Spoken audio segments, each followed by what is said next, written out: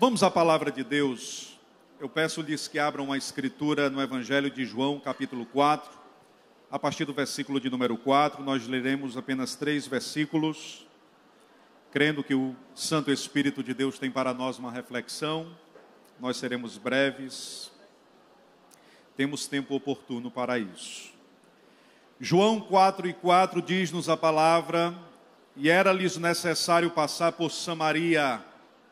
Foi, pois, a uma cidade de Samaria chamada Sicar, junto à herdade que Jacó tinha dado ao seu filho José. Estava ali a fonte de Jacó. Jesus, pois, cansado do caminho, assentou-se assim junto à fonte. Era isso quase a hora sexta. Veio uma mulher de Samaria tirar água e disse-lhe Jesus: dai-me de beber. Pai, esta é a tua palavra. Hoje nós vamos falar sobre o encontro das sedes. Cremos que tens para nós vida neste lugar, porque o Senhor, à semelhança do que fazes no útero materno, está gestando vida neste ambiente. E existe muito do Senhor vivenciado nessas últimas 3 horas. Mas sei, Senhor, que ainda tens muito para nós nesta noite. Por isso, fala-nos ao coração, é o que suplicamos-te e pedimos-te em nome de Jesus. Pense nesse encontro. Uma mulher absolutamente rejeitada, marginalizada, esquecida, por muitas razões. São quase que incontáveis as razões. Ela era estranha à sociedade. Caminhar com aquela mulher era um convite a perder alguns amigos. Concordar com ela, então, seria um outro grande problema.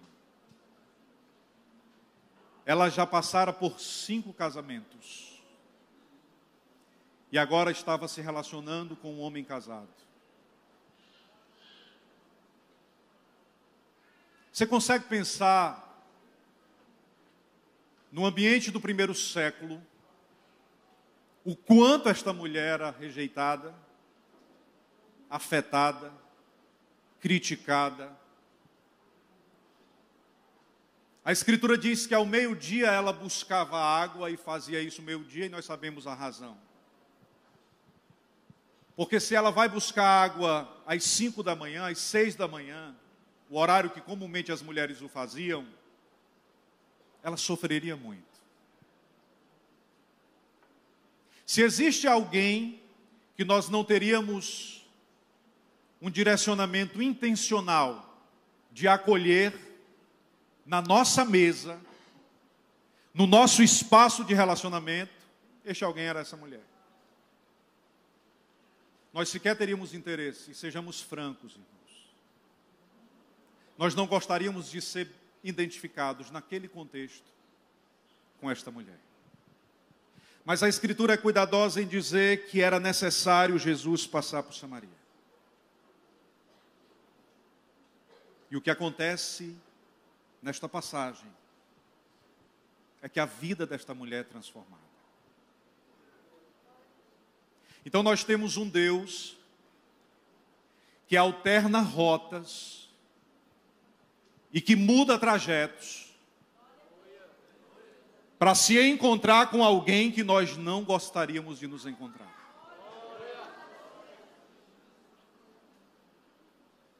Nós temos alguém que redefine a forma,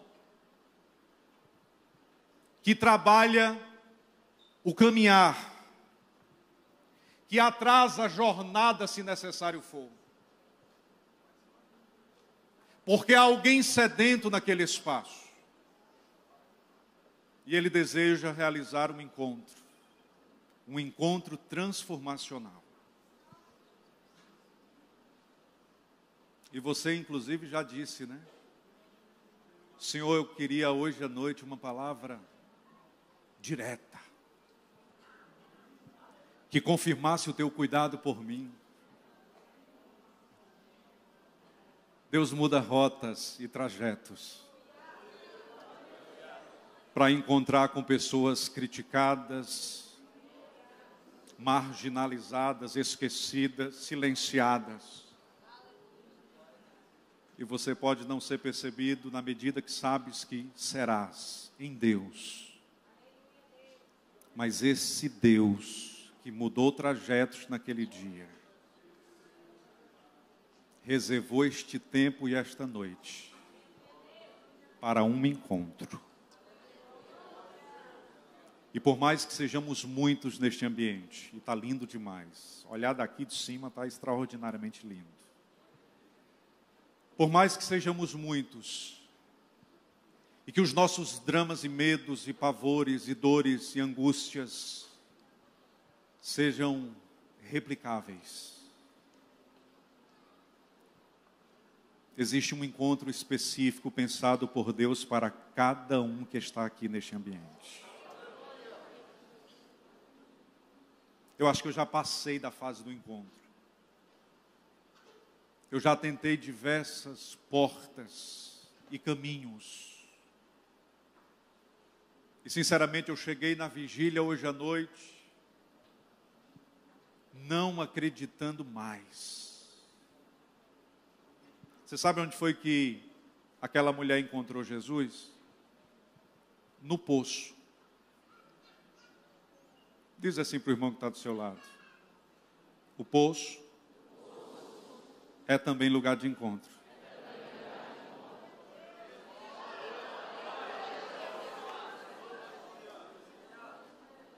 Já acessei todas as portas e já não sei mais a quem recorrer. Cheguei no poço. Jesus estava lá. Quando ela chegou no poço, o encontro se estabeleceu. Quando ela chegou, ele já estava. Bendito seja o Cordeiro de Deus nesta noite. E aí Jesus começa a conversar com ela. Sendo ela mulher e ele homem, naquele contexto era indecoroso. Sendo ele judeu e ela samaritana, ainda mais. O diálogo no espaço reservado, ainda mais. Só que tem alguém com sede. E sempre que Jesus encontra alguém com sede, ele também sente sede. Aí ela vem com um cântaro, porque ela deseja saciar a sua sede de vida. E você sabe como é que Jesus começa o diálogo? Jesus começa o diálogo apresentando àquela mulher a sua própria vulnerabilidade. Ele diz assim: eu quero que você me dê água. Eu quero que você me dê de beber. Eu também tenho sede. Eu também tenho sede. Ô irmãos, que Deus absoluto esse nosso. Porque às vezes nós somos convidados a refletir sobre um Deus potencialmente extraordinário, que tem todo o poder de fazer todas as coisas, e que em sua majestade domina sobre todas as coisas, e tudo isso nós sabemos muito bem. Mas o cristianismo celebra o fato de que nós cremos num Deus que se fez vulnerável a ponto de tornar-se gente. E é nesse espaço da vulnerabilidade que ele se conecta com a nossa dor. E ele pode dizer: se você tem sede, eu sei o que você está sentindo. Se você está em angústia, eu sei o que você está sentindo. Se você não está se sentindo acolhido, eu sei o que é isso. Um dia eu gritei: Deus meu, por que me desamparastes? Eu sei o que você está sentindo. E deixa eu trazer uma palavra ao seu coração. Ele conhece-nos plenamente, completamente. E nesta hora, nesse espaço, ele nos convida a refletir sobre a sua própria sede. Porque ela tem uma sede, mas ele também carrega. A sede dela é de beber da fonte de Jacó. A sede do Cristo é saciar a sede daquela mulher. Então há um encontro de sedes nesse espaço. Há um diálogo que objetiva e que tem o propósito de resolver duas sedes. E quando ele apresenta àquela mulher a possibilidade de um encontro, e a possibilidade de um encontro transformacional, ela aceita. Porque antes ela precisava se deslocar até o poço de Jacó, para encontrar uma temporária água que sararia a sua sede de forma limitada. Aí Jesus resolve o problema. O que é que Jesus propõe para aquela mulher? Ao invés de você vir para cá e ter que encontrar a fonte para receber um pouco de água, eu vou pegar a fonte e vou colocar no seu interior. O que é que vai acontecer? Aí tem muita gente que vai ter a sede saciada por sua vida, porque Deus vai amar muita gente por meio da sua história. A fonte de Deus está no nosso interior nesta noite. Nós viemos nesse lugar ainda sedentos, mas vamos receber dele a água necessária. E quando a gente sair daqui, irmãos, quando nós sairmos desse espaço de vida, desse lugar de vida, as pessoas saberão que nós caminhamos com Deus nesta noite. Charles Spurgeon disse assim: quando você for pregar, não diga para ninguém que orou. Você já viu o pregador quando vai pregar? Muda até a voz. Meus irmãos. E tem uns chiados, e umas palavras espetaculares. Estamos genuflexos nesta noite. Cisterna rota.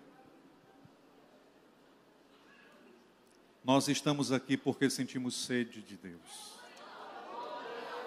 O que nos importa é provar da água que Ele tem para nos dar nesta noite. Nós não queremos espetáculo, nós não queremos algo extraordinariamente majestoso, nós só queremos Ele, a sua presença, a sua bondade, o seu perdão, a sua misericórdia, a sua visitação, a sua graça, o seu Espírito soprando sobre nós e trazendo vida, gestando em nós graça para viver. É o que precisamos. É compreender que esta fonte que jorra com propósito. Deus não lança sua fonte num coração sem propósito, sem causa. E você não está aqui nesta noite porque escolheu estar, porque decidiu estar. Não tem sentido Jesus manter vivo alguém se ele não tem um propósito para a sua vida. Portanto, a morte não abraçou a sua história, porque o Senhor te trouxe aqui para declarar que Ele ainda tem muito a fazer na sua história. A fonte vai ser renovada hoje. Mas será que Deus ainda tem? Tem, meu irmão. Deus passou 82 anos preparando o Ageu para usar ele uma semana. 82 anos preparando Oséias para usar ele uma semana. Existe um movimento de Deus neste processo de diálogo.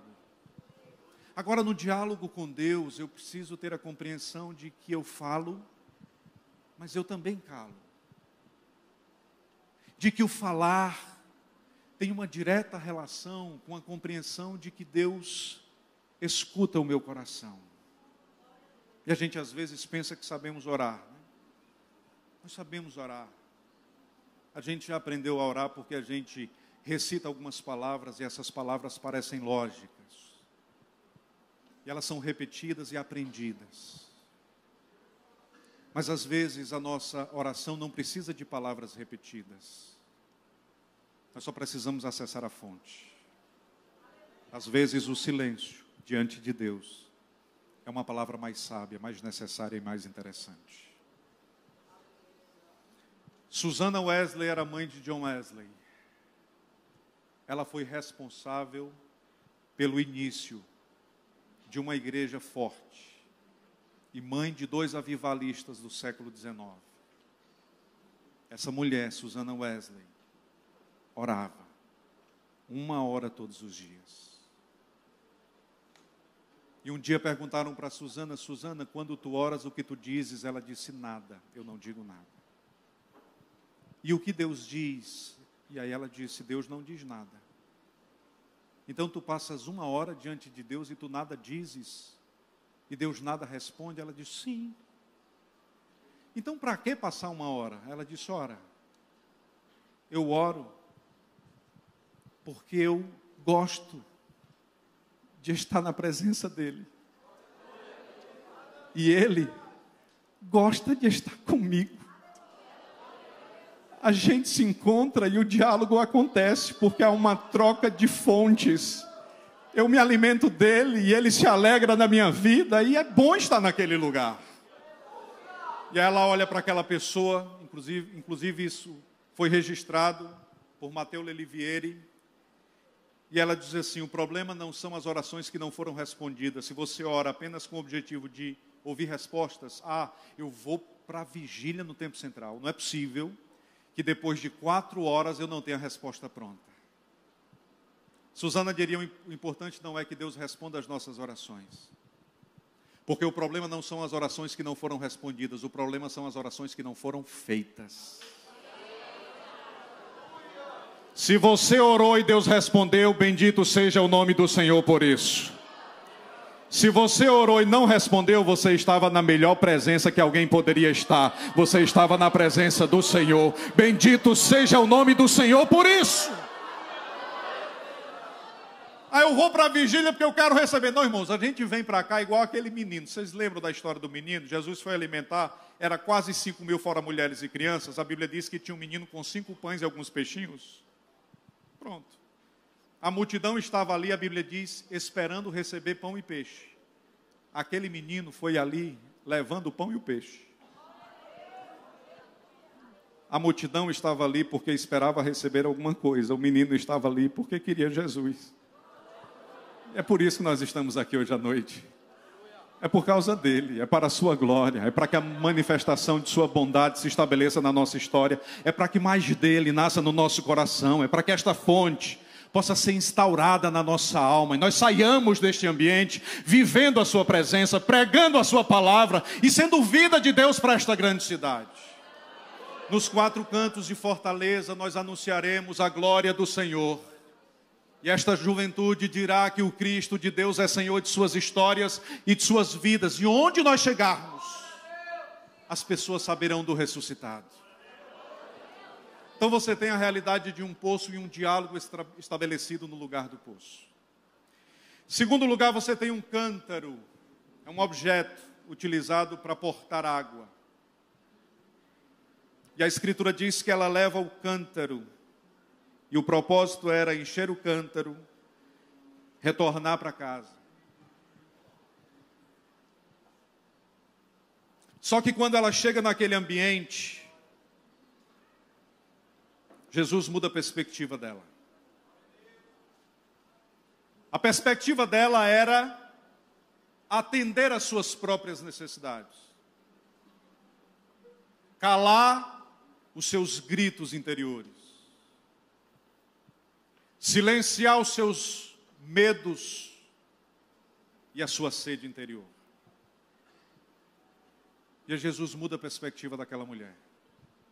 Quando ele diz: dai-me de beber. E é isso que o Senhor Espírito Santo está fazendo nesta noite conosco.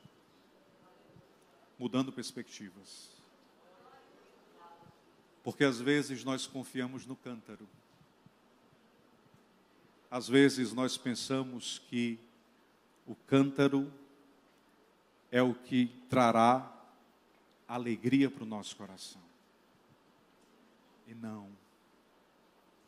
Jesus declara para aquela mulher que atender a sede de si não trará plenitude e sentido para a sua vida. Você precisa alterar o processo. Primeiro você atende a sede de Deus.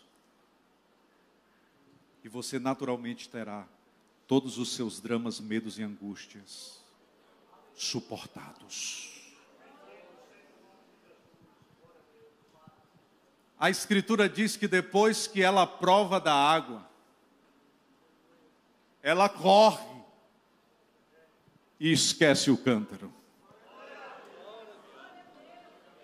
Mudança de prioridades. Já não é mais a minha vontade, já não é mais o meu direito, já não é mais o meu desejo. Agora é a vontade dele, é o desejo dele. Agora eu estou vivendo para a glória dele. Bendito seja o nome de Jesus. Ela corre. Deixa o cântaro. Alguém grita e diz assim: tem um cântaro. Ela diz: eu já tenho água. Eu já recebi da água da vida. E Deus nos trouxe aqui para a gente deixar alguns cântaros nesse lugar, viu? Para a gente começar a mudar a perspectiva e compreender que você não existe para você. Você não é definido por sua graduação. A sua formação não define quem você é. O seu emprego não sustentará a sua família. Quem te sustenta é o teu Deus. A tua identidade está em Cristo Jesus. É Ele quem cuida da tua história. É Ele quem sopra a vida nos teus pulmões. Todos os dias é Ele quem faz oxigenar o teu cérebro. Seja glorificado sempre o nome do Senhor na nossa história e na nossa vida. E o que devo fazer? Clive Staples Lewis, ou C.S. Lewis, como a gente conhece. Priorize o reino de Deus. E as coisas secundárias vos serão naturalmente acrescentadas. Priorize as coisas secundárias. E você perderá o reino de Deus e as coisas secundárias nada poderão fazer por você. Em primeiro lugar, o reino de Deus e a sua justiça. E o Senhor vai cuidar do teu casamento, do namoro, do noivado, da universidade, da graduação. O Senhor vai cuidar do teu futuro, estabelecer vida, restaurar, instaurar, curar, sarar. Existe um Deus que cuida da tua história. Deixa o cântaro, desiste do cântaro e confia no Deus que cuida da tua história nessa noite. Porque às vezes nós confiamos muito naquilo que podemos portar e controlar. E aquilo que a gente porta e controla não resolve. É transcender, é viver para o outro. É priorizar as coisas de Cristo. Nós temos um trabalho chamado Conversa Franca. E a gente conversa sobre diversos temas. Lá na igreja a gente, pelo menos uma vez ao ano a gente faz esse trabalho. E já fizemos em algumas outras igrejas. E comumente vem a pergunta: o que faço para ter um casamento bem-sucedido, para escolher o curso ideal? E aí seria muito bom, seria muito bacana se nós tivéssemos uma cartilha com possibilidades de orientar. Mas cada pessoa que está nesse lugar é única. Cada história nesse ambiente é único, irrepetível. Nunca existiu ninguém igual a você.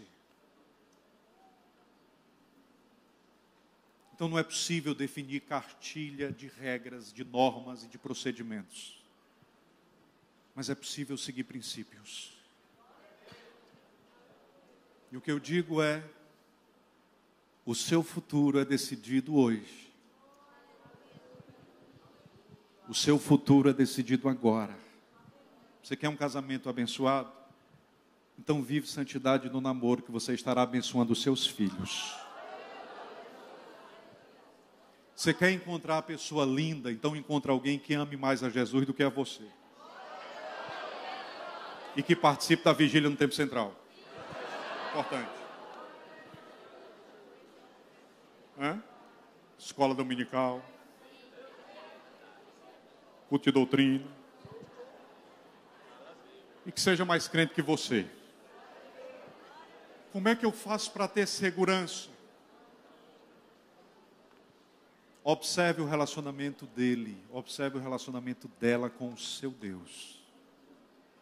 Se ela confia mais no cântaro do que em Deus, corre dela e do cântaro. Se ele confia mais no curso, na formação, na graduação do que em Deus, foge, vai ser problema. Mas se ele diz, eu quero alguém para caminhar em busca do plano de Deus pensado para a minha história, então começa a orar para que os dois encontrem o plano de Deus, e se os dois encontrarem um plano de Deus, a vida de Deus vai se estabelecer. Porque Deus tem um propósito para um e outro, mas quando se unem, aí o propósito se estabelece. Ela potencializa ele potencializa ela, e os dois caminharão mais. Não tem jeito, eu acabo falando sobre esse negócio de namoro, noivado. Não dá para fugir. Eu posso ler para vocês um trecho do livro O Pequeno Príncipe?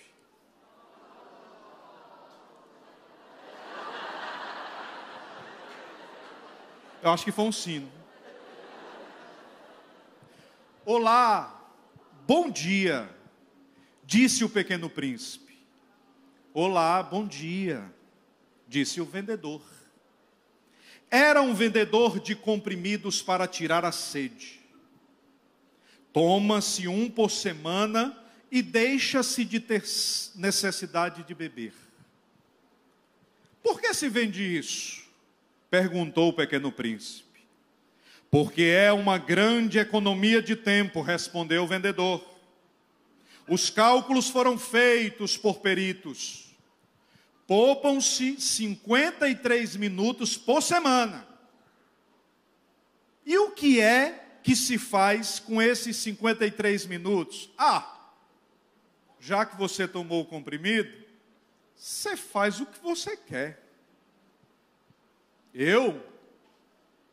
Pensou o pequeno príncipe, se tivesse 53 minutos para gastar, andaria devagarinho à procura de uma fonte.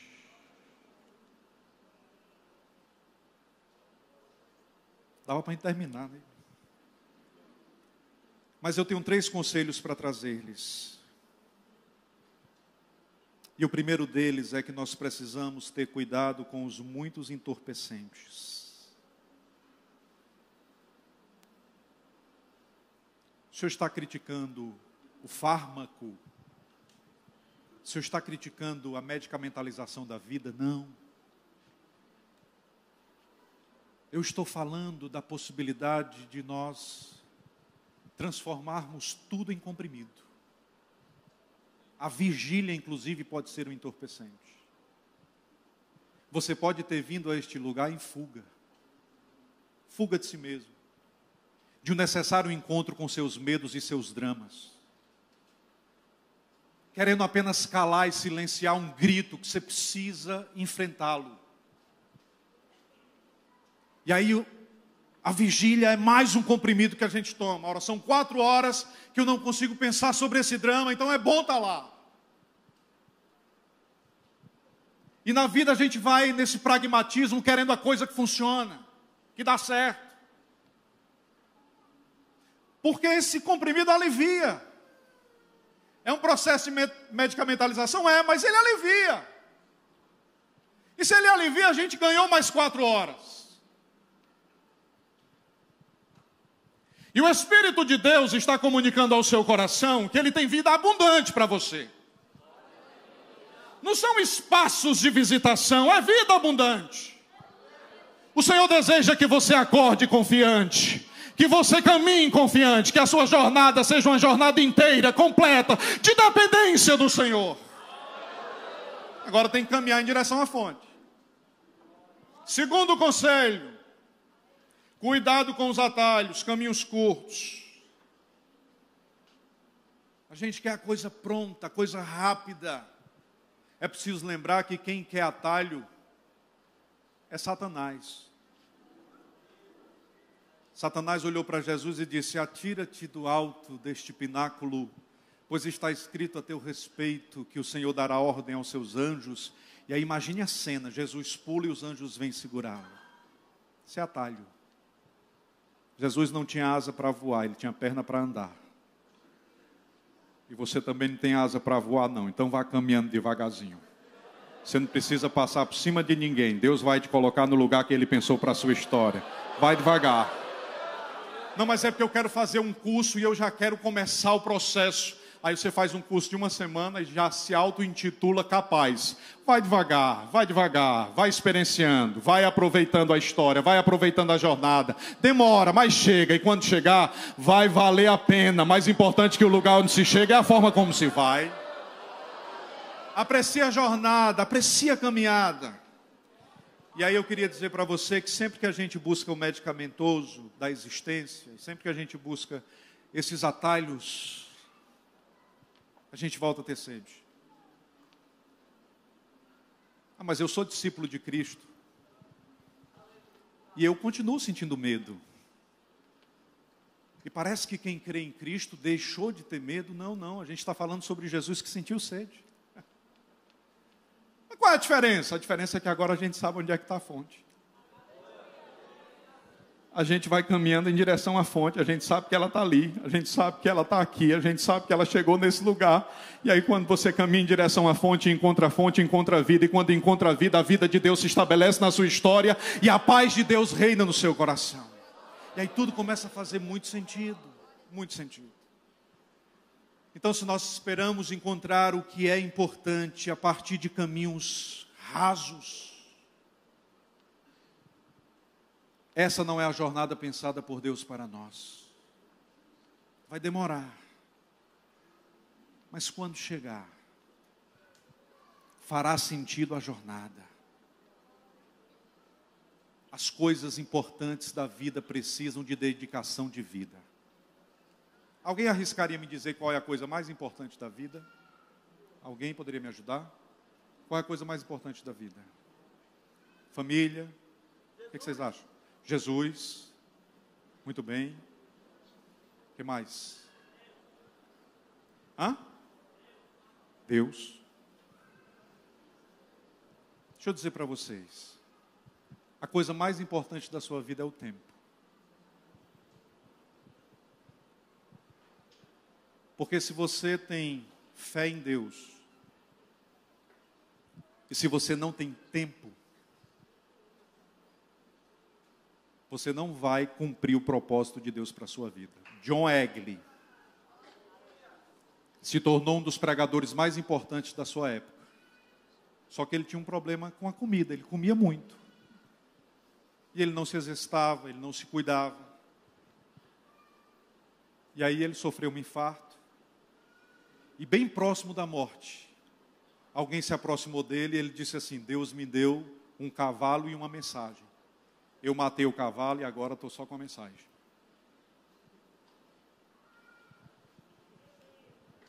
Não adianta ter Deus e a mensagem se a gente não tem tempo. A coisa mais importante na sua vida é o tempo. Eu sei que aqui não tem nenhum, mas tem gente que passa mais de 20 minutos assistindo vídeo bobos por dia. Eu sei que aqui não tem, é só nas outras igrejas.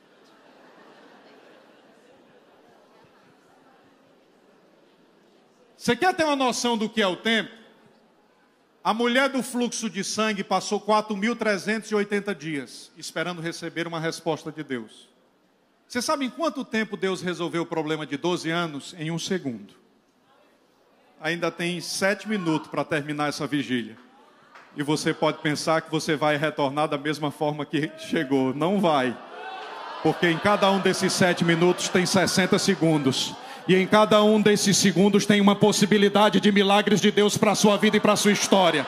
Em 1 segundo ele diz: ei cego, volta a enxergar. Paralítico, pode correr. Em 1 segundo ele diz: Lázaro, vem para fora. Em 1 segundo ele diz: a depressão vai sair daí retirada. Em 1 segundo ele diz: a ansiedade não vai te definir. Em 1 segundo ele define que não será a ideação suicida, a tua companheira de jornada, mas a vida, a presença, a graça e a bondade do Espírito de Deus na sua história.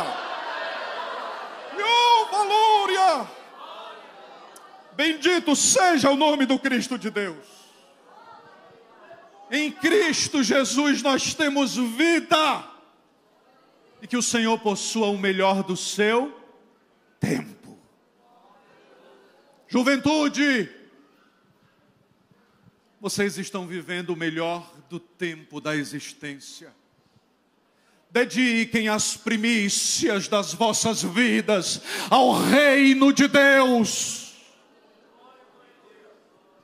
E vocês envelhecerão com a consciência de pertencimento e de utilidade, que a morte, quando chegar, a morte não vai fazê-los tremer. Eu li há pouco tempo um livro da Ana Cláudia, A Morte é um Dia que Vale a Pena Viver. E nesse texto ela conta diversas histórias sobre as pessoas na antessala da morte. Se prepara para a morte quem vive bem o presente. E se você é jovem, cheio de vida, de possibilidades, aproveite o melhor que você tem. Visite a sua fonte interior. Perceba se ela está jorrante. Lembre-se de quantas pessoas você influenciou neste último ano de 2023. E nesta primeira vigília, reflita sobre quantas pessoas você vai influenciar em 2024. Saiba que Deus deseja alternar e alterar processos.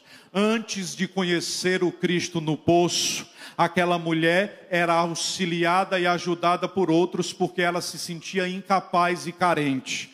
Depois que ela se encontra com Jesus no poço, ela se torna fonte de vida na vida do outro, instrumento de Deus na vida do outro. Ela chega na cidade dizendo: tenho solução para vocês, porque encontrei o Messias. Ele contou tudo da minha história, o cântaro ficou lá, mas a fonte de vida está comigo. Bendito seja o nome do Cristo de Deus. E é assim que nós precisamos retornar para casa nesta noite. Eu vou concluir na hora, mas eu desejo ler para vocês um texto de Apocalipse, capítulo 22, versículo 17.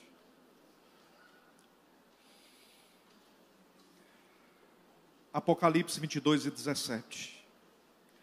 E o Espírito e a noiva dizem: vem.